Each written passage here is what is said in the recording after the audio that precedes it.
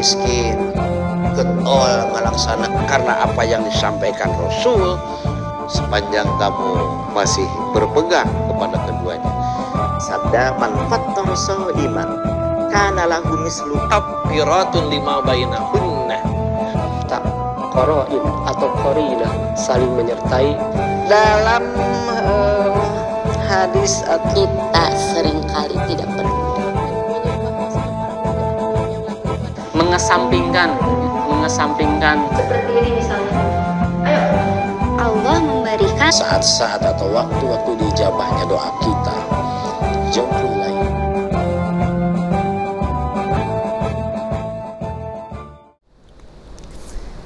Innal hamdalillah nahmaduhu wa nasta'inuhu wa nastaghfiruh wa na'udzubillahi min sururi anfusina wa min sayyiati a'malina may yahdihillahu fala mudhillalah wa may yudhlilhu fala hadiyalah.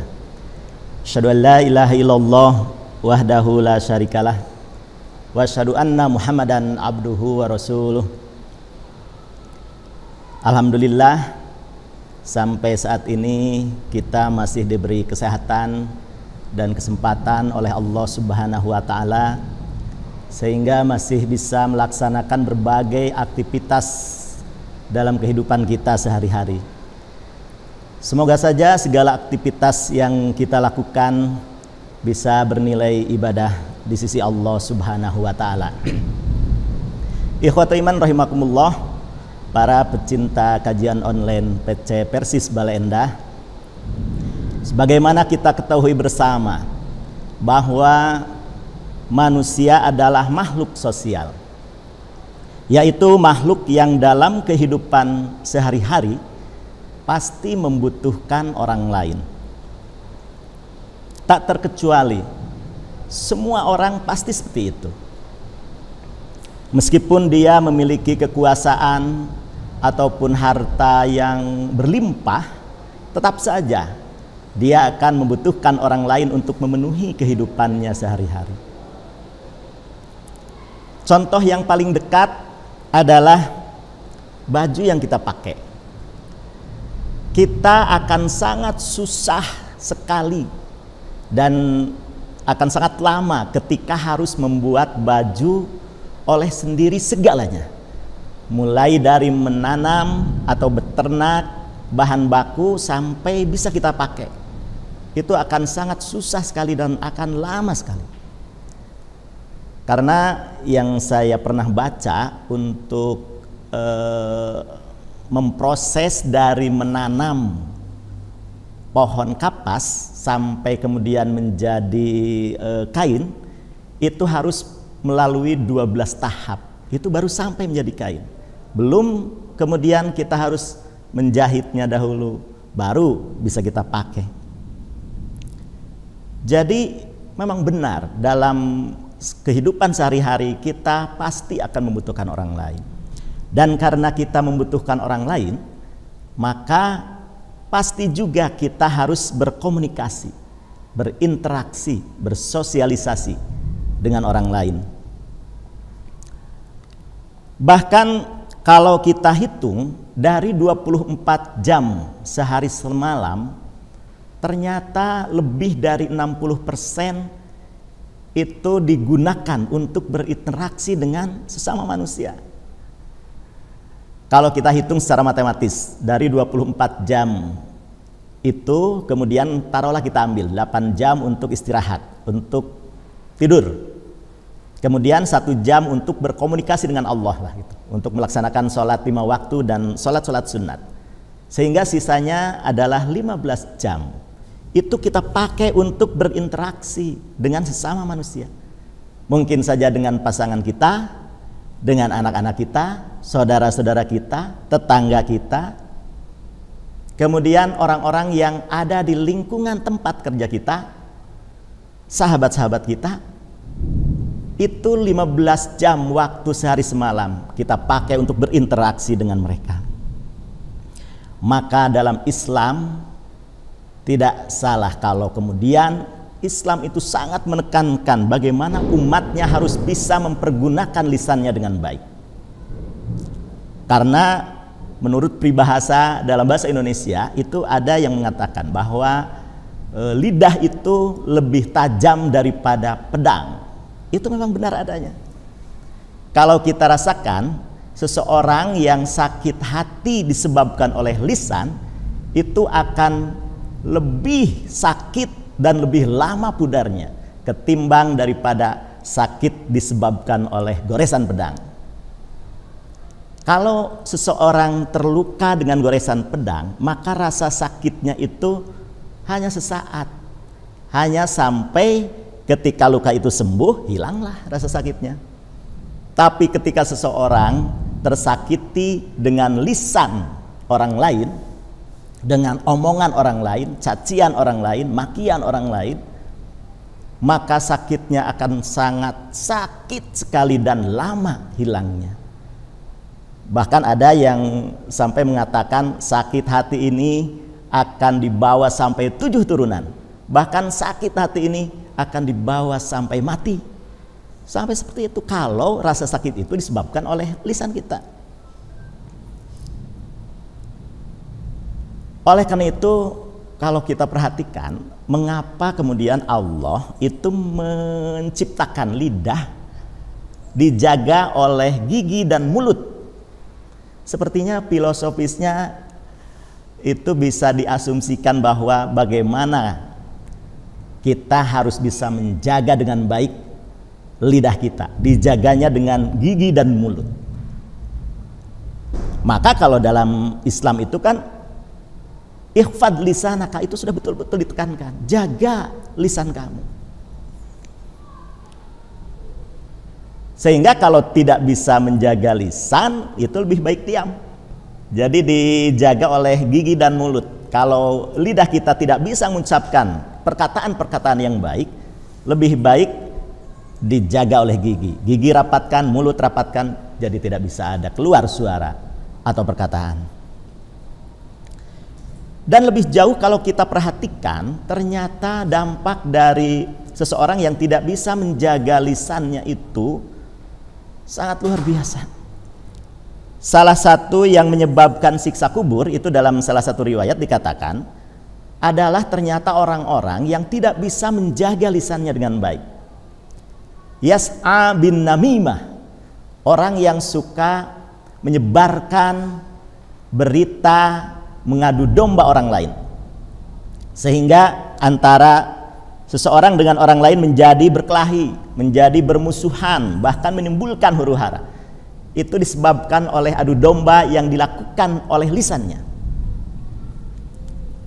Sampai-sampai kalau kita perhatikan lebih mendalam, dalam suatu hadis yang diriwayatkan oleh Imam Bukhari dalam Adabul Mufrad, diceritakan ada seorang perempuan yang ibadahnya sangat luar biasa. Dia sholatnya sangat rajin, bukan hanya yang wajib tapi juga yang sunat-sunatnya. Bahkan sholat malam dia selalu kerjakan.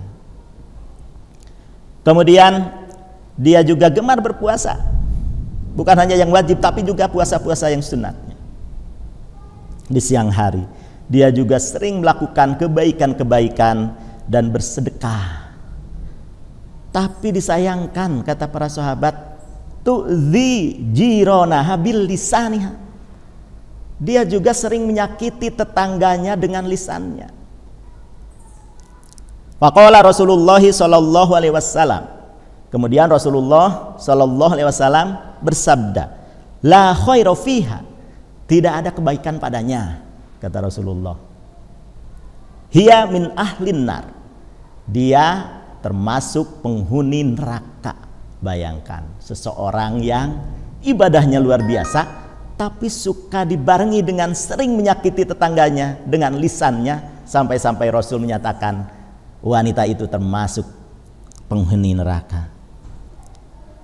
Kemudian para sahabat menceritakan lagi seorang perempuan yang dia mengerjakan sholatnya sederhana, hanya sholat wajib saja yang dilakukannya. Kemudian puasanya juga sama, hanya puasa wajibnya saja. Kemudian dia bersedekah juga sangat sederhana. Dikatakan dalam riwayat itu dia hanya bersedekah dengan sepotong keju. Tapi kata para sahabat, wala tu'di ahadan, wanita itu tidak pernah menyakiti seseorang pun. Maka faqala Rasulullah sallallahu alaihi wasallam, Rasul kemudian bersabda, hiya min ahlil jannah, wanita itu termasuk penghuni surga. Demikian yang diuraikan oleh Imam Bukhari dalam salah satu hadisnya. Ikhwati iman hukumullah, pecinta kajian online PC Persis Balenda, perintah berbuat baik atau berkata baik itu ada banyak sekali dalam hadis-hadis Rasulullah maupun dalam ayat-ayat Al-Quran. Seperti yang diriwayatkan oleh Imam Bukhari dan Muslim dari Abu Hurairah, semoga Allah meridainya, bahwa Rasulullah Shallallahu Alaihi Wasallam pernah bersabda, man kana yu'minu billahi wal yaumil akhir falyaqul khairan aw liyasmut. Barang siapa yang beriman kepada Allah dan hari akhir, maka hendaklah ia berkata baik, atau kalau tidak bisa berkata baik, lebih baik diam. Itu rumus yang diberikan oleh Rasulullah agar kita bisa menjaga lisan kita.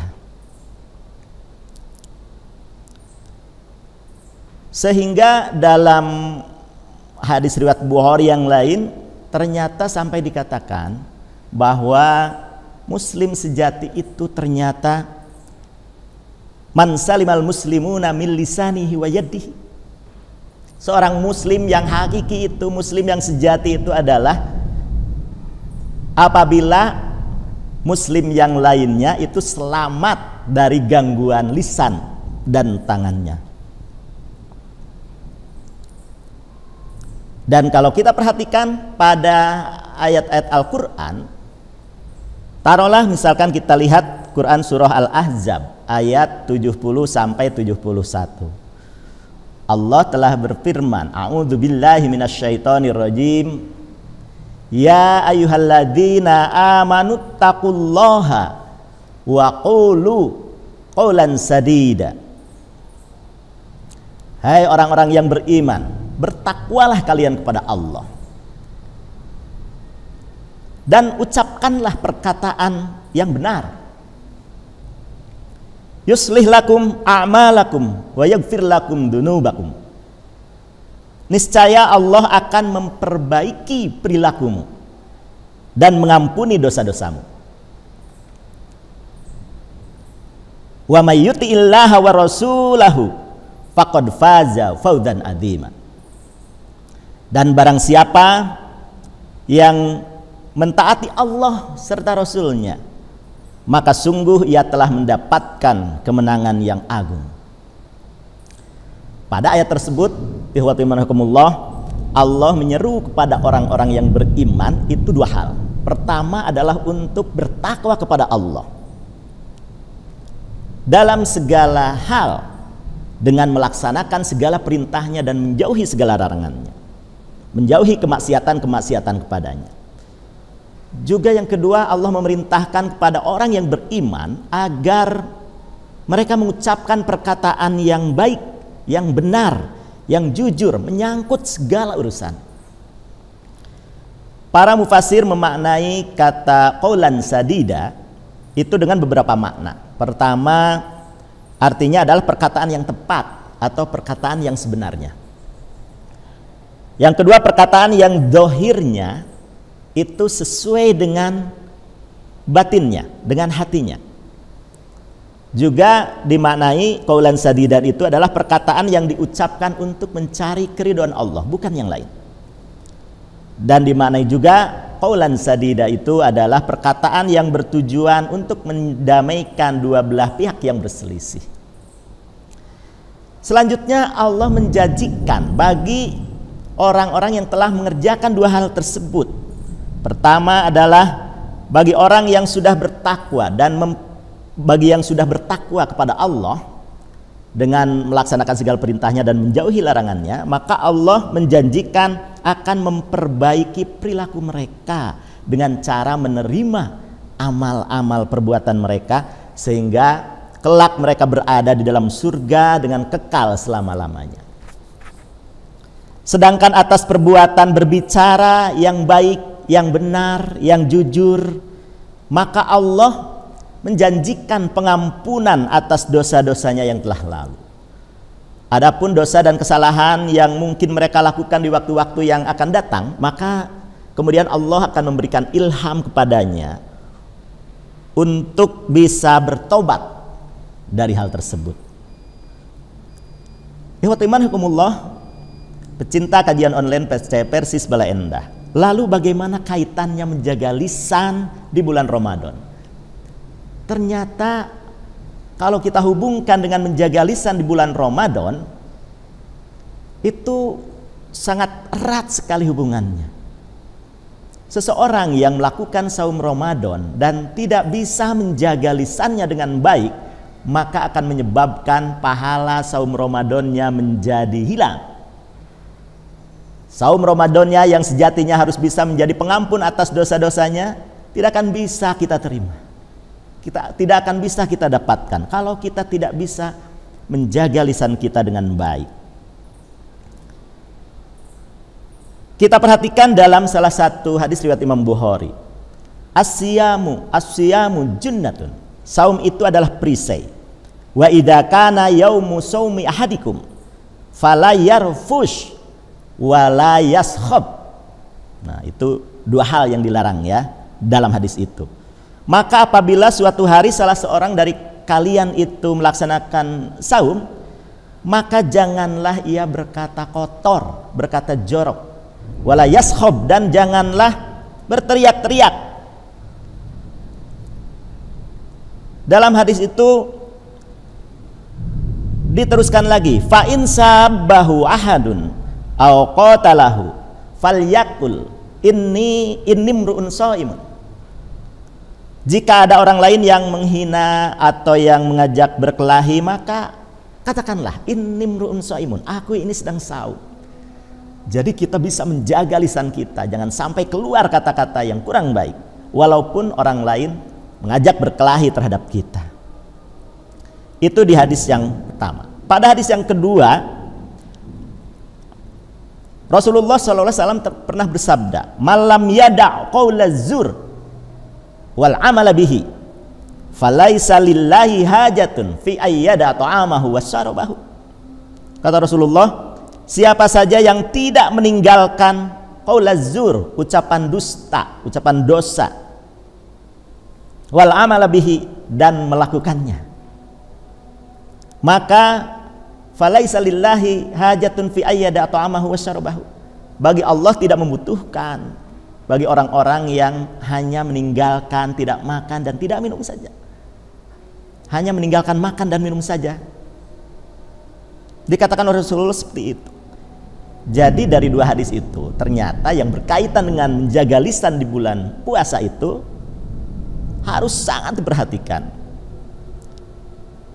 Dalam dua hadis itu, pertama adalah yarfus, yang dilarang, berkata kotor, berkata jorok, porno, sehingga membangkitkan libido seksual, kesananya mengundang perzinahan.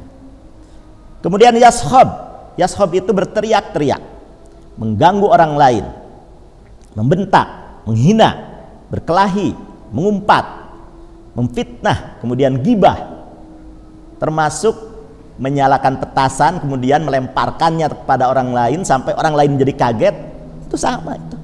Yashab juga itu terlarang. Dan yang ketiga adalah qaul zur, berbohong, berdusta, menipu, sumpah palsu, dan yang lain-lainnya. Nah, sehingga ketika kita sedang saum tidak bisa menjaga lisan kita, maka saumnya tidak akan mendapatkan pahala dari Allah Subhanahu wa ta'ala. Saumnya tidak akan bisa membuat kita diampuni atas dosa-dosa kita yang telah lalu. Oleh karena itu, mudah-mudahan kita bisa menjaga lisan kita dengan baik, bukan hanya di bulan Ramadan, tapi juga pada bulan-bulan yang lainnya. Itu saja yang bisa saya sampaikan pada kesempatan saat ini. Mudah-mudahan ada guna dan manfaatnya bagi kita semua. Rabbana atina fid dunya hasanah wa fil akhirati hasanah wa qina adzabannar. Aqulu qouli hadza wa astaghfirullah li wa lakum. Wassalamualaikum warahmatullahi wabarakatuh.